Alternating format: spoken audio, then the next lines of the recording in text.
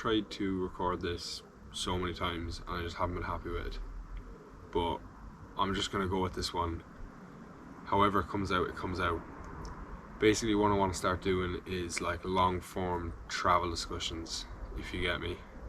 Like, it could be anything. I threw it up on my Instagram there the other day. I asked the question if there was any questions or topics you wanted me to talk about, throw them into the little box and I'd answer them.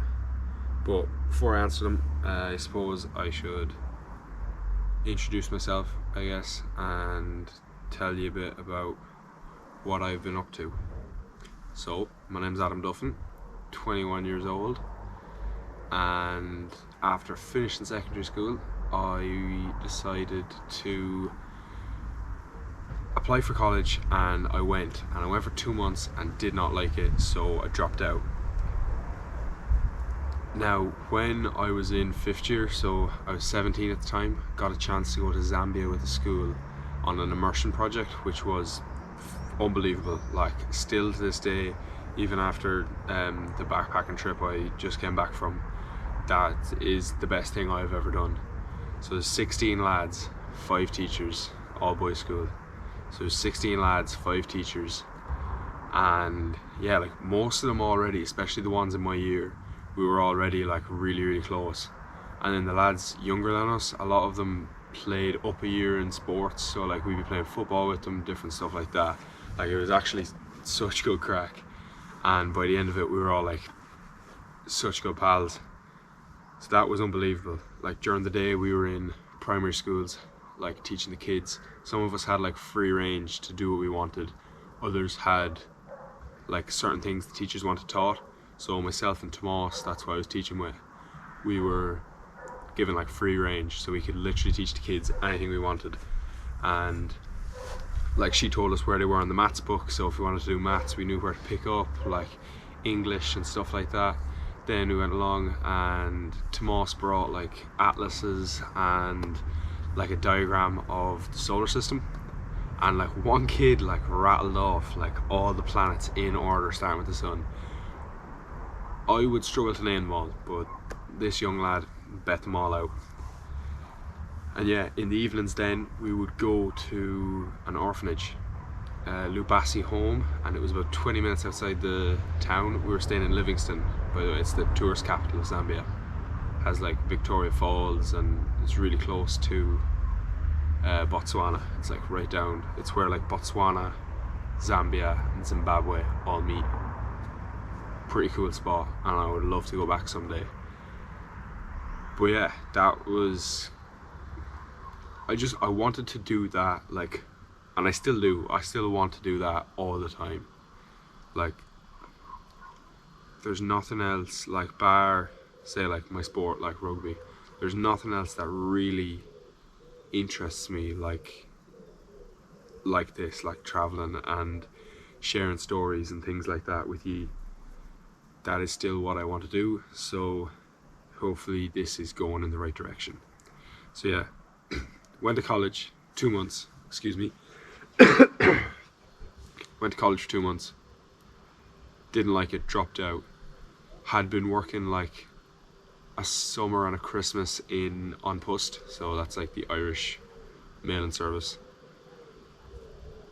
So got back in there, worked for a year and a half with them. It was like really busy over COVID and all that, so I just like working away, tipping away. Didn't actually start saving for a trip until quite late.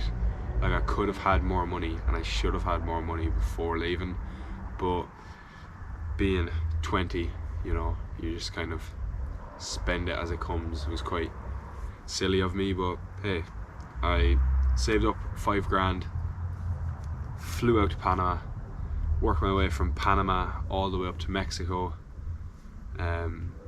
5 months in total. Ben flew out and met me in Guatemala, and we did Guatemala, Mexico together. Unbelievable experience, like it was class.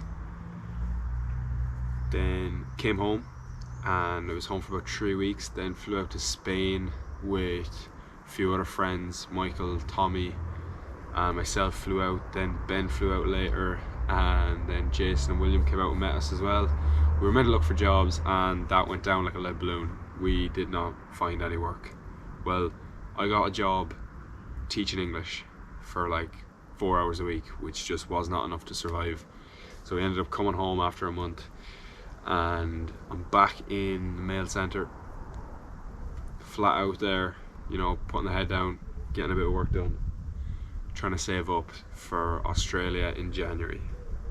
And that is where I am at the minute. So let's dive into these questions and talk a little bit about travel. The first one actually came from a TikTok that I put up while I was in Mexico. So as I was working my way through Central America, every day or every other day, sometimes I got lazy, and it was like 1 week I was trying to like update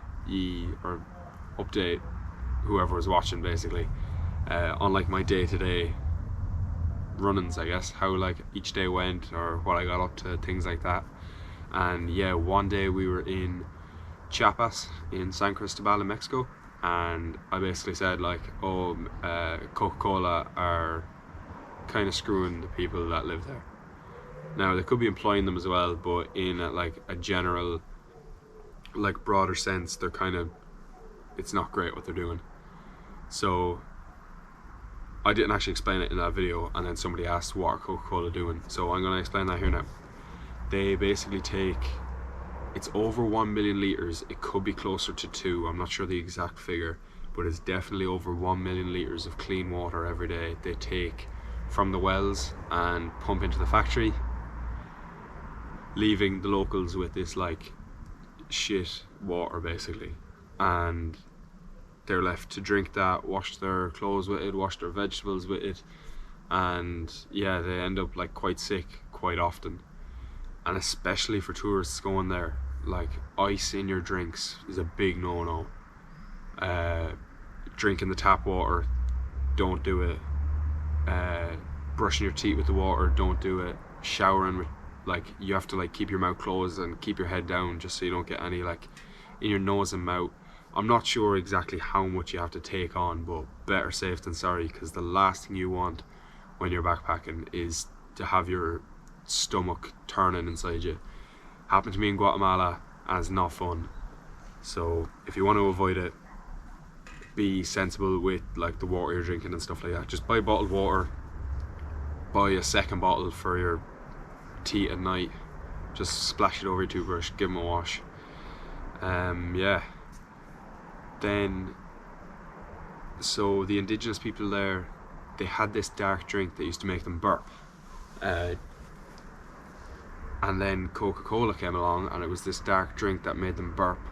So they ended up incorporating Coca-Cola into their religious ceremonies. So there is a church in the town called Chamula. It's about 20 minutes outside of San Cristobal.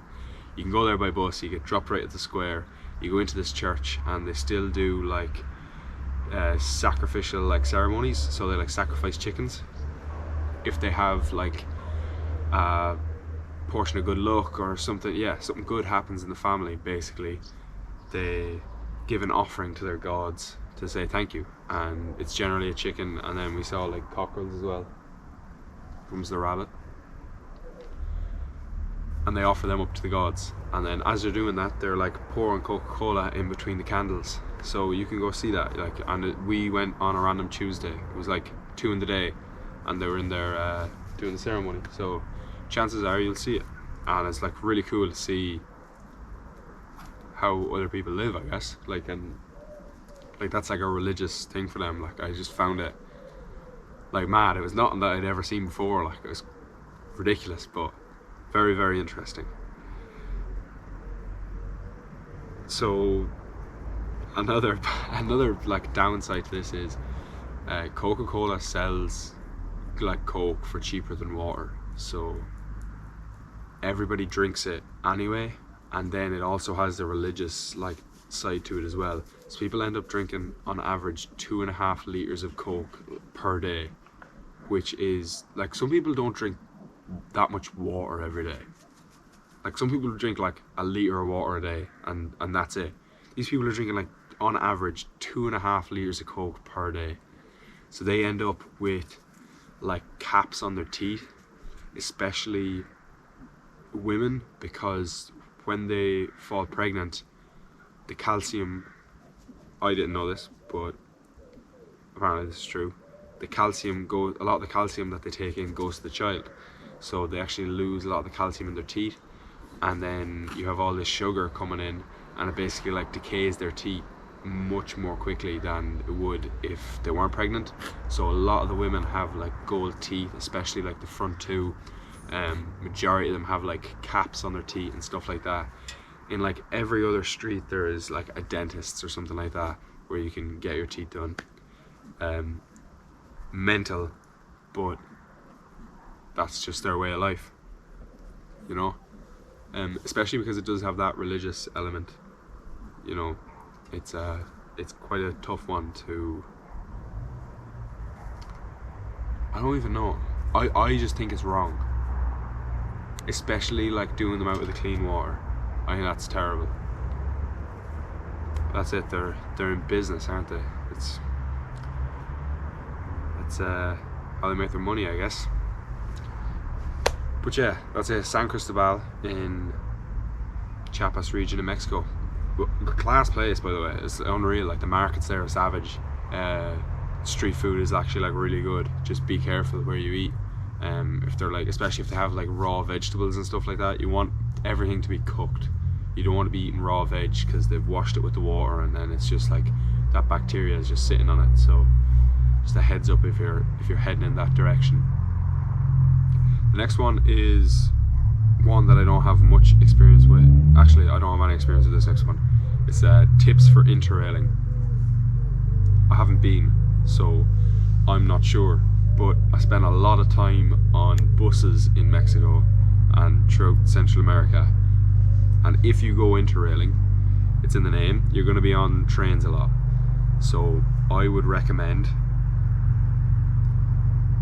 comfy clothes, because chances are you might even be standing, so you don't want to be standing in like real heavy jeans and stuff. Get yourself, you know, nice pair of comfy cargo pants or tracksuit bottoms. Get yourself a nice hoodie, and then also stuff to keep you entertained, because it's fine looking out the window. You might look out the window for like 20 minutes, half an hour, and then trust me, it's all the same. It gets boring.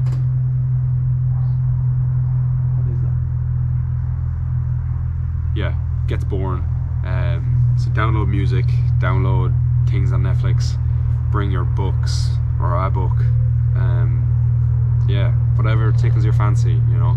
Just make sure you have enough stuff to keep yourself entertained, because you're sitting for a long time. You know, download The Office and have a blast.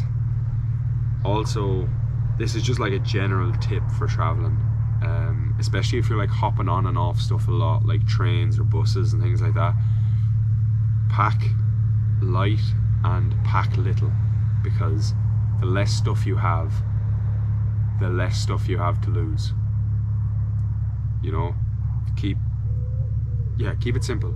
Like your phone, your passport and your wallet, they are like your main things, unless you have like, I stupidly left my hard drive in a hostel in Panama, and like for the entire rest of the trip, like I was just always paranoid that I was after leaving a really important thing like in a hostel. But yeah, phone, wallet, passport, they're like the main things to have. And yeah, don't bring anything unnecessary, I guess. So that's kind of a tip for everywhere. Other than that, I haven't really been interrailing. I've been on a train in Italy, and that's about the extent of it. Have friends who went, and it looks unbelievable. I really want to go. It sounds expensive, and living in Spain, I can see that like food and stuff is cheap, but if you want to stay in hostels, like we were in Valencia, I think the cheapest hostel there was like 40 a night, which is ridiculous in my opinion. Like that's a crazy amount, but it's Europe. So maybe if you were on a budget, head for Eastern Europe.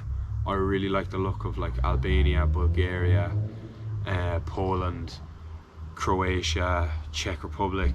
Like all that side looks crazy good. Like it looks class. So that would be my tips for interrailing, even though I haven't been, but there you go. Next one is actually one I don't have much experience with either. I'm talking about a lot of stuff here I know nothing about, so take it all with a pinch of salt, but here you go. How to travel if you have dietary requirements. I don't have any dietary requirements. I'm very fortunate in the way that I don't need any medication, or I'm not that I don't need any, I'm not on any medication. I don't think I need any. Not on any medication. I don't like have any severe allergies, bar like harsh soaps, like like Lynx. You get the Lynx Africa set, like the soap from that, like the body wash, just does not agree with my skin. Other than that, yeah, I'm quite fortunate. For Central America, if you're traveling, the big thing there is like corn and maize. So if you are celiac, I believe, you might find it difficult eating street food. So my suggestion would be to allocate a bit more money for food and maybe less money on a hostel or like activities. So if you plan on doing, I don't know, maybe like 2 surf lessons a week, maybe you might only have the budget for 1 now, because you might have to be a little bit more selective on the restaurants you go to or where you're eating, because you don't want any like complications with your diet. For Southeast Asia, because I met a guy who wanted to go to Southeast Asia. We were in Nicaragua. He wanted to go to Southeast Asia, but he has a peanut allergy, like a pretty bad one, and they just use like so many like nut oils and like nuts just in their cooking in general, that he was very like hesitant to go. Maybe somebody who has been and has a nut allergy could inform me more about that, but he said that he was just very skeptical to go because of that. The other thing you could do is, instead of allocating more money for food, you could allocate more money for your hostel, because if you pick hostels with kitchens, then you have like free range of what you want to cook, and that way you can eat all you want and you can stick to your diet, and there'd be no need to be worrying about like, oh, is this going to affect my diet or anything like that. So there's 2 options, like, but it might cost you a little bit more just because you have to be careful with where you're eating. So yeah, I think the best food I got, actually, seeing as we're on the topic of food, my favorite food are pupusas. They're in El Salvador, and I also got them in Guatemala, and it's like this like corn tortilla, and they like fill it with, it could be like bean paste, like, you know, black beans, but it's like the paste of it, black bean paste. Or my favorite one was the ones with like cheese and jalapenos in them. They were phenomenal, they were so good.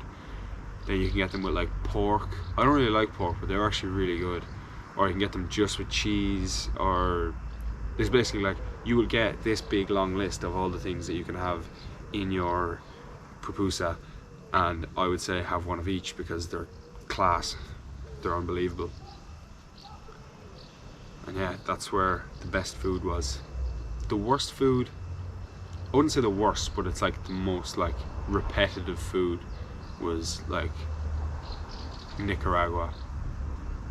And Nicaragua is my favorite country because it's just has absolutely everything, but the food is just like, it's really good, but it's just like fried chicken, rice, guacamole, beans, and that's what you get.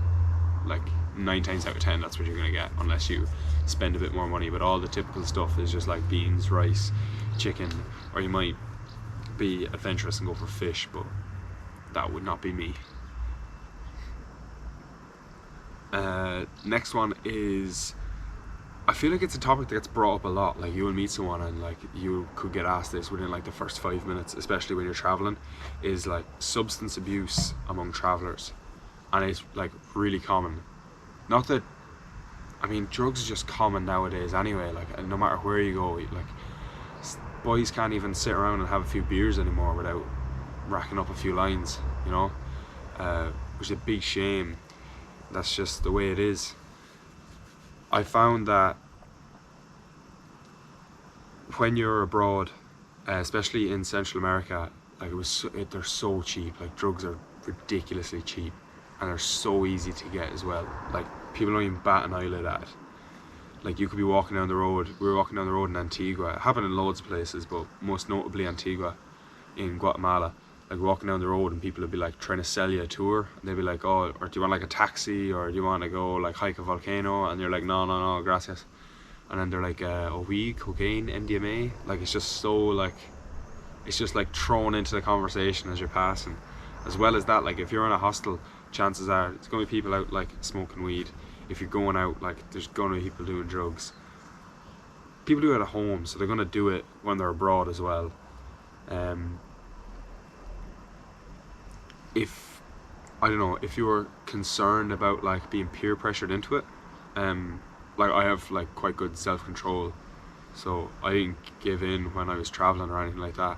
So if you would be concerned about like peer pressure and like just giving in for the sake of it, I'd say just like be more selective on the days that you go out, because when you're traveling you do tend to like have a few beers and like go out quite a lot, because there's always something going on. Like there's always somebody going somewhere, or there's a hostel's having a party on like a Wednesday, or literally every night. If you end up in like a pretty busy town, like every night a hostel has something going on. Like Monday could be like beer pong, Tuesday could be karaoke, Wednesday they could have like a little table like football match. Like people go out. So you know, I would say, yeah, if you want to avoid the drug scene when you're traveling, choose the days you go out like more carefully, if you get me, or just, yeah, self-control. Because it just seemed to be like so casual, especially the likes of, say, like mushrooms and like weed were like the most casual things out there, that I found anyway. Maybe it's because, again, they're just so cheap, or they have such a lesser effect on you. But yeah, that is my take on substance abuse among travellers. It's quite common. You are going to see it, so if you haven't seen it before, I would say expect it. Yeah, I mean, people are going to do it. Like, you know, everyone out there is an adult. Like, they can do what they want. So be mindful of it. Bit of self-control, or be very selective on the days you go out and the people you hang around with. That's the only advice I can give for that, really. I was actually very surprised, just like I brought up age there, I was actually very surprised at the amount of like older people that were in Central America. I thought everyone would be quite young. Like I thought everyone would be like 20, but like I met so many people who were like 28, 30, 35, like so many, which is really, really cool. And it's a very interesting like dynamic when you have a group of people from the ages of like 19 to 35, and they have like no problem spending time together, no problem chatting away.